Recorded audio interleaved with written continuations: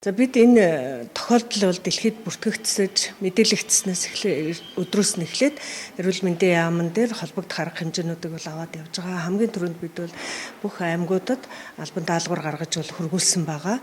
Энэ эрүүл мэндийн байгууллагуудынхаа чиглэлээр юу анхаарч ажиллахын, эмнэлгийн хэрэгслийнхаа бэлэн байдлыг хэрхэн хангахын, эмч мэрэгжилтнүүдэд хэрхэн сургах асуудлыг мөн бас тоног төхөөрөмжийн бэлэн байдлаа хангах зэрэгээр ийм албан даалгавар гаргаад бол хөргүүлсэн байгаа.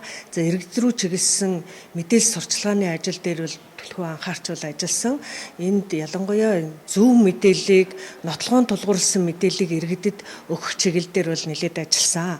За энэс гадна бол Дэлхийн эрүүл мэндийн байгууллагаас өгч байгаа зөвлөмж болон өмнө нь бас манай оронд бас гарч ирсэн H1N1 зэрэг бусад энэ халдварын үед авч ирсэн арга хэмжээндийнхээ туршлага дээр сургамжин дээр тулгуурлаад бид нар бол заавар зөвлөмжүүдийг холбогдох мэрэгжлийн салбар зөвлөлүүд лавлгаа төвөттэйгээ хамтраад зөвлөмжүүдийг бүгдийг гаргаж эрүүл мэндийн байгууллагуудаа бол хөргүүлсэн байгаа. За бид энэ зөвлөмж заавраа бол одоо өдөр тутам Дэлхийн эрүүл мэндийн байгууллагаас өгч байгаа чиглэлийн дагуу өөрчилж апдейт хийгээд ингээд гаргаад ингээд явж байгаа. За мөн бас эмч мэрэгжилтнүүдэд сургаж байна. Ялангуяа бид нар бол цахимаар эрүүл мэндийн байгууллагынхаа бүх одоо эрүүл мэндийн байгууллагууд аймаг орон нутагт байгаа эмч мэрэгжилтнүүдтэй бол сургалтыг шатраатаагаар бол зохион байгуулж гэж явсан байгаа.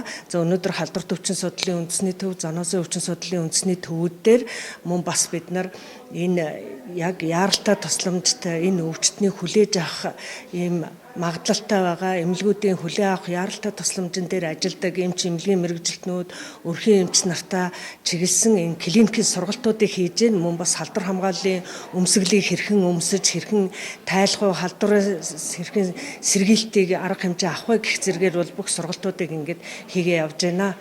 Эрүүл мэндийн яамн дээр бол ер нь цахимаар болон орон нутагт бас эмчнээ очиж зөвлөгөө өгч ажиллах эмч нарын зөвлөх багийг бол байгуулж ажиллаж байгаа.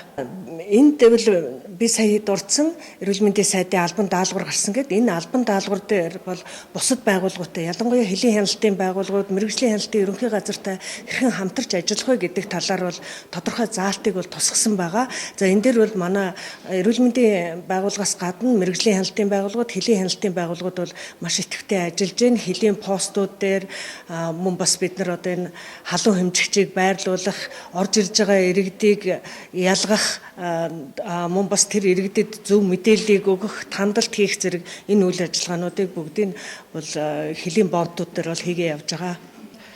Шинэ коронавирусын халдвар дээр л халдвар төвчин судлалын үндэсний бол бэлэн байдал хариу арга хэмжээг авах хэрэгтэй. Өнөөдөр бэлэн байдал дээр бол шинэ сэргэжүүд тасгийн 50% бол бэлэн байдал байлгаж байна. Яаралтай тусламжийн тасаг дээр бас бид нар сэрэмжлүүлэг ялангуяа ард иргэдэд бид нар маш сэрэмжлүүлэг өгөх тийм ажлыг хийж байна. Ирсэн үйлчлэгч болгоныг амрын хаалт хийх энэ одоо бүх зөвлөмжөө дээр нь өнөөдөр 2020 оны 1 сарын 23-ны өдөр халдвар төвчин судлалын үндэсний төв дээр нийт нийслэлийн эрүүл мэндийн газрын өрх дүүрэг 103 дээр нь Сэлэнг аймгаас ингээд эмчнэр ирсэн байна. Тэнд бол манай коронавирусын шинэ халдварын эмнэл зүй, тандалт, лаборатори дээр нь хувийн хамгаалах хэрэгслийг яаж өмсөх вэ? Энэ талаар бол бид нар ингээд хичээл орж байна.